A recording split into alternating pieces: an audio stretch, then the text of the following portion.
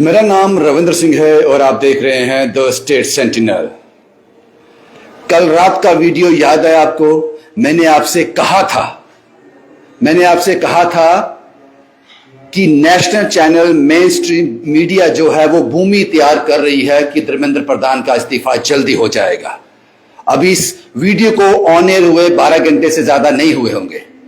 धर्मेंद्र प्रधान का इस्तीफा हो गया और ये होना ही था।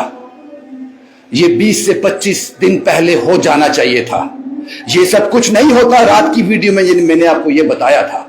और जिस तरह से मेन स्ट्रीम मीडिया कह रहा था पिछले 5 साल से धर्मेंद्र प्रधान के कार्यकाल में, पहली बार बोल रहे थे वो, इस कार्यकाल में कितने पेपर लीक हुए, तो समझ आ गई थी हमें। थोड़ी सियासत समझ आती है हमें। अब समझ आ रही थी कि मेन स्ट्रीम मीडिया को निर्देश आ गए हैं ऊपर से कि एक पृष्ठभूमि तैयार करो धर्मेंद्र प्रधान के इस्तीफे की। फाइनली धर्मेंद्र प्रधान का इस्तीफा हो गया।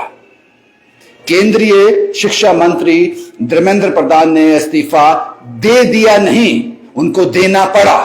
इसके अलावा कोई चारा नहीं था। आपको याद होगा 2026 पेपर लीक, कितने छात्रों ने सुसाइड कर लिया। उसके बाद लगातार जंतर मंतर पर छात्रों का प्रोटेस्ट था, जिसमें कुछ राजनेता लोग भी शामिल हो गए बाद में। और उसके बाद एक बड़ा प्रोटेस्ट, लाठीचार्ज, खून, टीयर शेल, लाठियां, पुलिस वाले घायल, स्टूडेंट घायल, लड़कियों के साथ अभद्र व्यवहार, पानी की बौछारें। और इस बीच भारत के वो लोग सामने आ गए जो जोमैटो के जरिए इन बच्चों को खाना दे रहे थे। 25-30 दिन चलता रहा सोनम वांगचुक का हंगर स्ट्राइक। मजबूर कर दिया सरकार को। आपके पास कोई ऑप्शन नहीं था। धर्मेंद्र प्रधान कहते हैं कि मैं 10 दिन से बहुत दुखी था, मेरा मन बहुत दुखी था इन बच्चों को लेकर। गलत है साहब। अगर आपका मन दुखी होता, जब बच्चों ने सुसाइड किए थे, आप उसी वक्त इस्तीफा दे देते।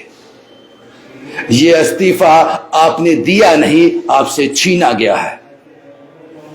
कोई ऑप्शन नहीं था आपके पास। फाइनली केंद्रीय शिक्षा मंत्री धर्मेंद्र प्रधान का इस्तीफा हो गया और यह इस्तीफा 25 दिन पहले होना चाहिए था। और रात को जो हम लाइव करते हैं वीडियो, मैंने कहा था उसमें साफ साफ मेन स्ट्रीम मीडिया को ऊपर से निर्देश आ गए हैं कि एक जमीन तैयार करो, हम भी जवाब दे सकें धर्मेंद्र प्रधान को। लेकिन ऐसा नहीं होना चाहिए था। इतना तामझाम, इतना नाटक, इतनी क्रेडिबिलिटी लॉस सरकार की। यह इस्तीफा हुआ नहीं, इस्तीफा देना पड़ा।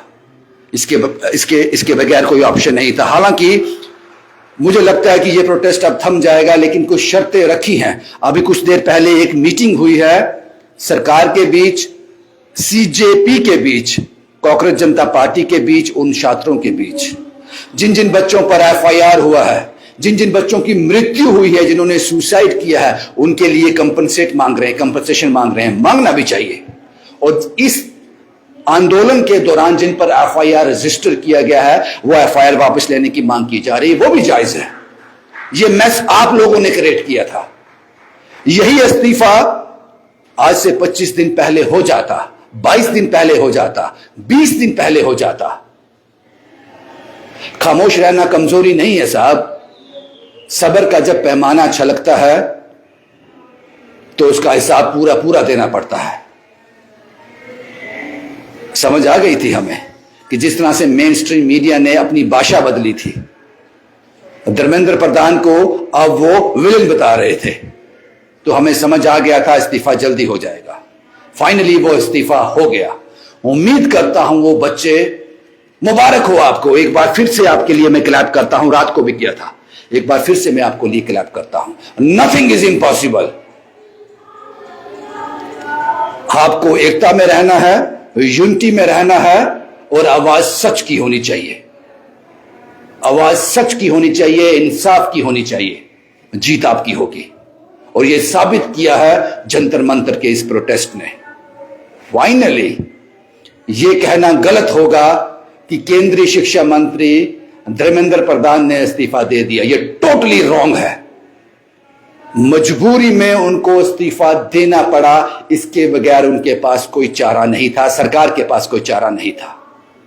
बदकिस्मती यह है कि सरकार ने इस 25, 26, 27 दिन वेट किया।